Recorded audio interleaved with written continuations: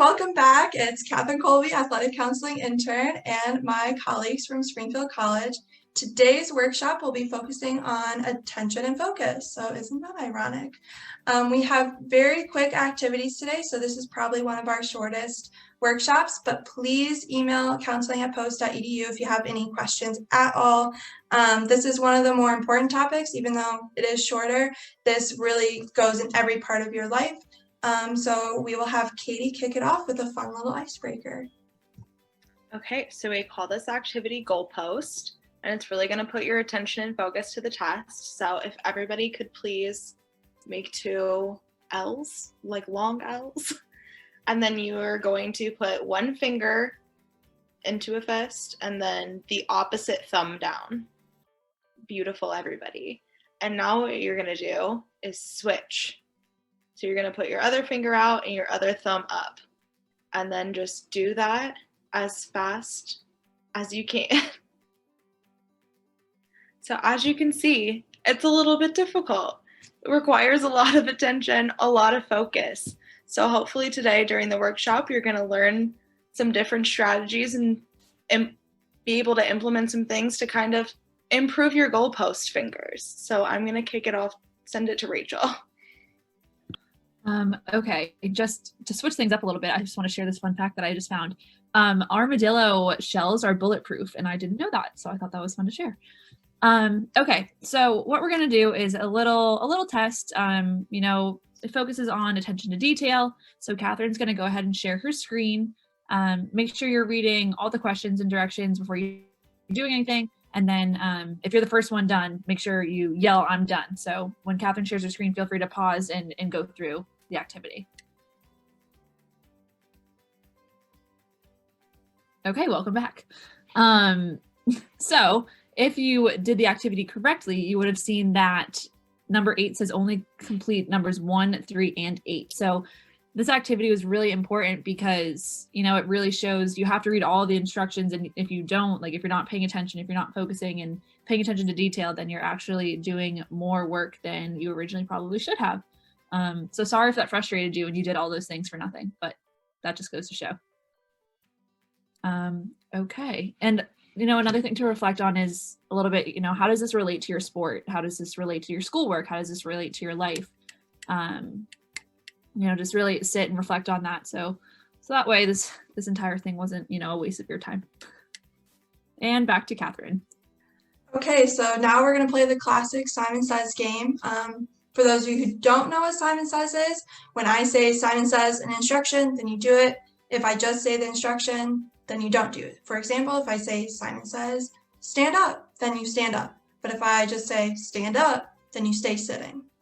All right. So I'm just gonna give you a few of these, nothing too crazy. So Simon says stand up. Simon says put your hands in the air. Clap your hands. Simon says stand on one leg.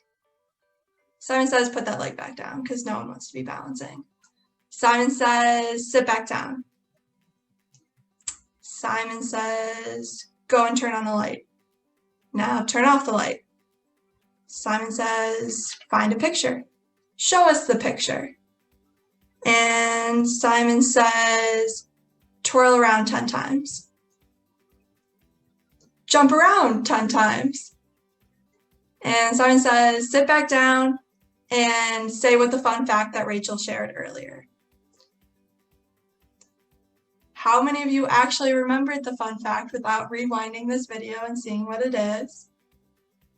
Okay, if you did remember it, that's really awesome. You are a great person, have great attention and focus. If you didn't remember it, you are still a great person, but you may need to pay more attention. It can be little things. This is important in classrooms too. Professors say a million things throughout classes. They may go through those PowerPoints really fast, but you need to be paying attention to everything they say. So if you have questions, stop and ask. If you aren't quite getting something, or maybe they are going too fast, have them stop, print off the PowerPoint ahead of time, read your book ahead of time, things like that. Just make sure that even the little things, they can be important. So make sure you're paying attention to little details in your work and even your sport. It's the little skills that make a difference. on presentation. It's those little details, the transitions, the way you're talking, that really can get you from that B to that A and things like that. And then to wrap us up will be Steph. Thanks, Catherine. All right, everyone. So you engaged in a couple challenging activities. I know probably the most challenging activity for me was definitely the goalposts. I've done that one the last 2 years, and I still don't think I can do it correctly. That one takes a lot of attention and a lot of focus. You're probably thinking by now, so what? So Catherine talked about paying attention in classes. Everyone says pay attention in classes, but we also use attention and focus in a lot of different places.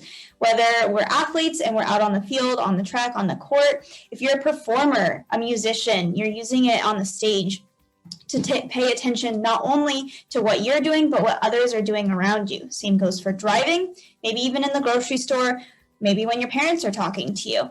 Sometimes it's easy to not hold focus or attention when your parents are talking to you. So you've probably learned, though, that it's a good idea. You should pay attention. There's always going to be challenges when it comes to paying attention, maintaining focus throughout the day, especially if you're tired, if you're hungry, if you've got some other distractions.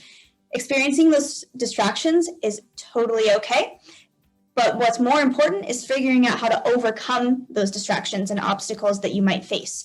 If you are struggling with attention and focus, it may be helpful to talk to someone. So feel free to email counseling@post.edu, and they can get you set up and get you some help. Thank you.